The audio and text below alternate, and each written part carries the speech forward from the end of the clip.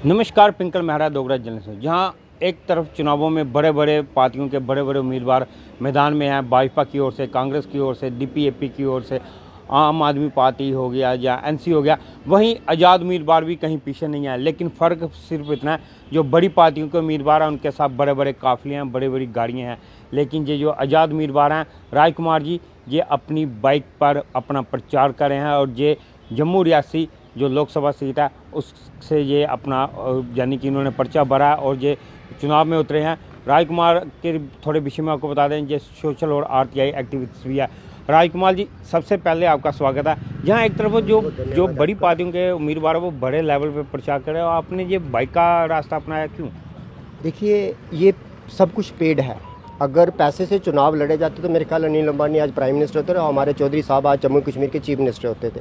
पैसे से जनता को खरीदा नहीं जा सकता, पैसे से वोटर को खरीदा नहीं जा सकता। आप अपने लेवल पे बता दीजिए कि अगर आप 12 साल से एमएलए रहे हैं, 20 साल से 25 साल से एमपी और एमएलए रहे हैं, आपका फेस वैल्यू क्या है? आज अगर मेरे जैसा इंडिपेंडेंट कैंडिडेट आपको टक्कर दे रहा है और दब के टक्कर दे रहा है, बात ये नहीं कि मैं इंडिपेंडेंट हूँ और मैं बाइक पे सफ़र करूँ। मेरा वोटर के साथ इंटरेक्ट क्या है? वोटर के साथ मैंने पैदल भी चलना है और नीचे बैठ के भी उनके साथ डिस्कस करनी है, उनकी प्रॉब्लम को सॉल्व करना है। मैं अगर मेरे सामने एक कैंडिडेट आया है जिसने ठीक इलेक्शन से 2 दिन पहले 76 लाख की आड़ी ली है और जो 76 लाख रुपये आड़ी लेके कंपेनिंग में जाएगा वो वोटर की क्या सुनेगा?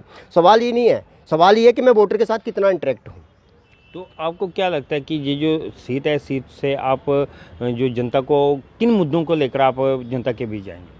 मेरा तो आपको मैंने पहले बताया, आपने मेरा नाम बताया, मैं 32 साल से लोगों के साथ जुड़ा हूँ। मेरा जो मेन एजेंडा, मेन पॉलिसी है वो अगेंस्ट करप्शन है। आज की तारीख में 20,000 करोड़ के स्कैम मेरी जेब में पड़े हैं और जिसमें से सबसे इंपॉर्टेंट है माता वैष्णो देवी का, जिसमें 1500 करोड़ रुपये का स्कैम है, नकली सोने और चांदी का। मेरे पास एक स्लोगन आया हुआ है कि मुझे दुख लगता है इस बात के ऊपर, भाजपा जो है आज कह रही है रामलला को लाने के लिए। मैं कह रहा हूँ रामलला को लाने वाला माता वैष्णो देवी को लूटने वाला कैसे हो सकता है? जो 10 साल से कंप्लेन है, पीएमओ ऑफिस आई है, चीफ सेक्रेटरी के पास पेंडिंग पड़ी है और आज तक इन्वेस्टिगेशन एजेंसी को नहीं दी है, तो मैं कैसे विश्वास कर लूं कि भाजपा ने रामलला को लाया है? किस मुद्दे से कह रहे हैं, किस मुंह से कह रहे हैं? मैं ओपन चैलेंज करता हूं, भाजपा का कोई भी हार्डकोर लीडर है वो मेरे सामने आके बात करे। बात ये नहीं है कि आप जनता को किस तरह से गुमराह कर रहे हैं। आपने 2 बार मेंबर ऑफ पार्लियामेंट का इलेक्शन लड़ा है और पिछले 10 साल में आप कितनी बार जनता के पास गए हैं? आज आपको पोस्टर लगाने की जरूरत क्यों पड़ी?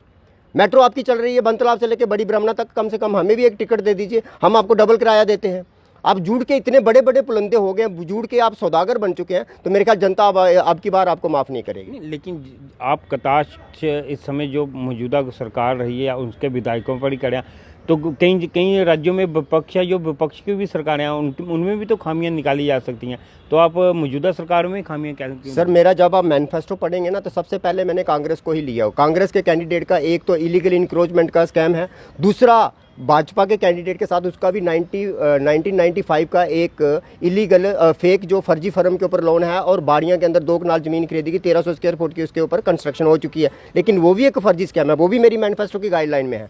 बात ये नहीं है, हमेशा कहते हैं कि टारगेट वो होता है जिसका नाम होता है, जिंदा वो होता है जो जिसका नाम होता है, मुर्दा तो अकड़ा हुआ होता है। कांग्रेस तो ऑलरेडी पहले ही मरी हुई है, उसका क्या नाम लूँ मैं? तो वो दौड़ में होती तो मैं नाम लेता उसका। ये थे राजकुमार जी, जो कि जम्मू रियासी से कंटेक्ट कर रहे हैं और आरटीआई एक्टिविस्ट भी है और उसी के तहत इन्होंने ये जो मुद्दे उठाए हुए हैं। हालांकि हमें उन मुद्दों की समझ नहीं है, ना हम पुष्टि करते हैं, लेकिन अब ये कह रहे हैं कि ये चुनाव में इसलिए उतरे हैं कि ये करप्शन के खिलाफ ही आप चुनाव का प्रचार करेंगे और लोगों से ये कहेंगे कि जो लोग करप्शन के खिलाफ हैं वो लोग इन्हें वोट दें। और यही लोकतंत्र की खूबसूरती भी है कि यहाँ पर हर किसी को चुनाव में उतरने का अधिकार है, हर किसी को जनता के साथ सीधा संवाद करने का अधिकार है, हर किसी को जनता को अपनी बात रखने का अधिकार है और जनता ही तय करेगी कि अब वो राजकुमार जी को वोट देगी या किसी अन्य नेता को देंगे। यही थी अभी तक की बड़ी जानकारी जो हमने आपके साथ साझा करने का प्रयास किया। इस तरह की और अपडेट के लिए जो ही देखते रहिए डोगरा जर्नलिस्ट।